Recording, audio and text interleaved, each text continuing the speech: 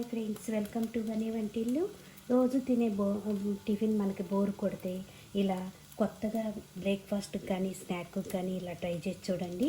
ఇలా తయారు చేసుకున్న వాటిని టమాటా కెచప్తో పైనంతా క్రిస్పీగా లోపల చాలా సాఫ్ట్గా మనం పల్లీ పచ్చడితో అయినా టమాటా కెచప్తో తిన్నా కూడా చాలా టేస్ట్గా అనిపిస్తుంది.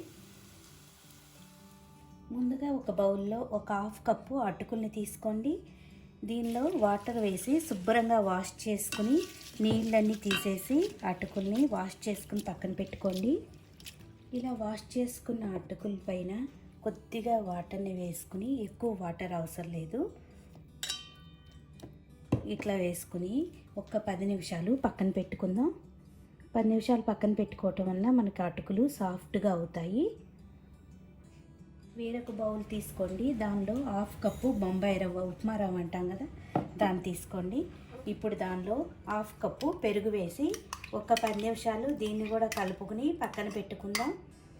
మనకి ఈ రవ్వ కూడా సాఫ్ట్గా తయారవుతుంది. ఇలా కలుపుకుని దీన్ని కూడా పక్కన ఉంచుకోండి.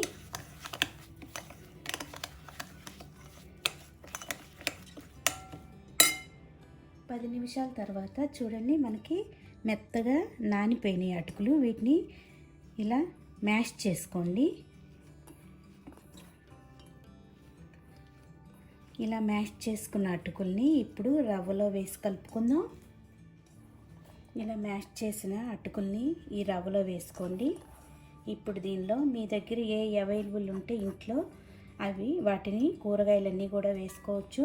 ఏమీ లేకపోతే ఉల్లిపాయ, పచ్చిమిరపకాయ అయినా వేసుకోవచ్చు. ఇప్పుడు దీనిలో సన్నగా తరిగిన ఒక ఉల్లిపాయని వేసుకుందాం. సన్నగా తరిగి పెట్టుకున్న క్యారెట్ వేసుకుందాం. కొద్దిగా క్యాబేజీ తురుము వేసుకోవాలి. బట్టి పచ్చిమిరపకాయలు వేసుకోండి. పచ్చిమిరపకాయలు వేసుకున్నాక రుచికి తగినంత ఉప్పును వేసుకుందాం. మీ దగ్గర కొత్తిమీర, కరివేపాకు ఏది ఉంటే అది ఇట్లా సన్నగా కోసి వేసుకోండి.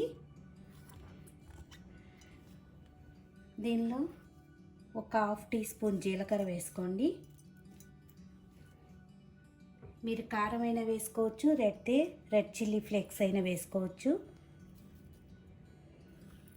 ఇలా 1 teaspoon red chilli flakes వేసుకోండి. ఇప్పుడు మొత్తం మిక్స్ అయ్యేలా కలుపుకోవాలి. పిండి పలసగా ఉండకూడదు, మనకి కొంచెం గట్టి ముద్దలాగా వచ్చేట్లా ఉండాలి.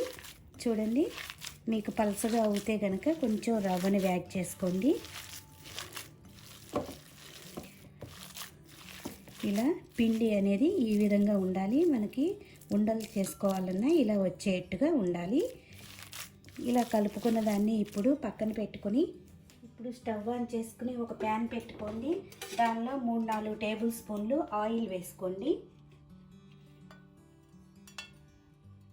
ఆయిల్ వేడయ్యాక మీడియం ఫ్లేమ్లో పెట్టుకుని చేతిలోకి ఇలా ముద్దలాగా తీసుకోండి, కొంచెం పెద్ద సైజు ముద్దని.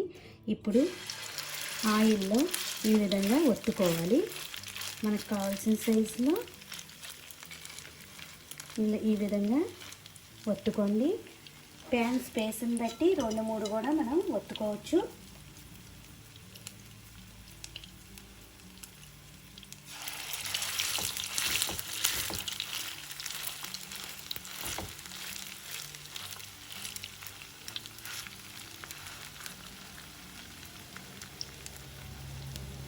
ఒకవైపు కాలేక రెండో వైపు తిప్పుకుందాం. 2 వైపులా కూడా ఎర్రగా వేయించుకోవాలి. ఈ విధంగా అన్నీ తిప్పుకుని రెండో వైపు కూడా ఎర్రగా వేగనివ్వాలి. 2 వైపులా ఎర్రగా వేగిపోయిన వాటిని చూడండి, ఇలా వేగిపోయినాయి. ఇప్పుడు ఒక ప్లేట్లోకి తీసుకుందాం. మిగతా పిండినంతా కూడా ఇదే విధంగా వేయించుకుందాం. ఇలా ప్లేట్లోకి తీసుకుని మిగతా అన్నీ కూడా ఇలా ప్రిపేర్ చేసుకోండి. ఇలా ప్రిపేర్ చేసిన వాటిని మీరు పల్లీ పచ్చడితో అయినా టమాటా కెచప్తో అయినా ఇవ్వండి, చాలా ఇష్టంగా తింటారు.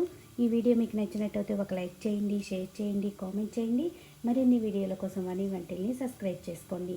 Thank you for watching.